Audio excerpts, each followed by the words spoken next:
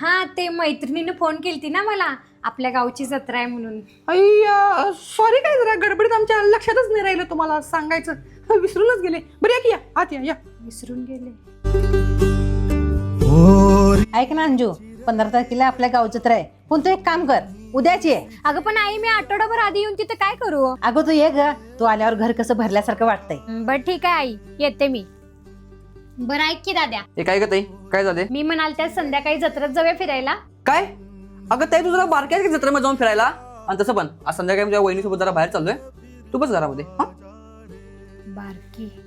अगं आई, कशाला माझी नजर काढायलास? मी बारकी आहे काय? अगं गप तू, मूल किती मोठं झालं तर आईसाठी बारकच असते. अगं एवढा नट्टापट्टा करून जत्रेत चालल्यास, कुणाची नजर लागली तर काय रे? कुठे निघालास? अगं नाही आई, ते जरा बाहेर चाललोय. बरं आता जा तू, पण संध्याकाळी न चुकता जत्रेतून ताईला फिरवून आणायचं. हा काय? हा आई, नेतो आठवून.